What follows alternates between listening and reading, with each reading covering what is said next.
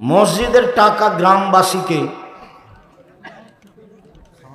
খাওয়ানো যাবে কি? মসজিদের টাকা কি আর গ্রামবাসীকে খাওয়ানো যায়? এত বড় হারাম কাজ করা যায়? মসজিদের টাকা মাদ্রাসায় লাগানো যাবে না, মাদ্রাসার টাকা মসজিদে লাগানো যাবে। মসজিদের টাকা হচ্ছে মান সম্মানের সবচেয়ে উপরে। কাজে মসজিদের টাকা যদি ওর গ্রামে জায়গা না লাগে মসজিদের টাকা, তাহলে ওই টাকা অন্য গ্রামে অন্য মসজিদে লাগাতে হবে। মসজিদের টাকা মাদ্রাসায় লাগানো যাবে না, মাদ্রাসার টাকা মসজিদে লাগানো যাবে। কেন? তখন টাকাটা আর একটা মান বেড়ে গেছে।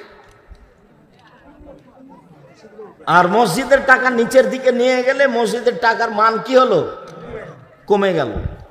কোনো জায়গায় যদি মসজিদ নষ্ট হয়ে গিয়ে জমি পড়ে থাকে, ওই জমি বিক্রি করে ওই টাকা অন্য মসজিদে লাগাতে হবে।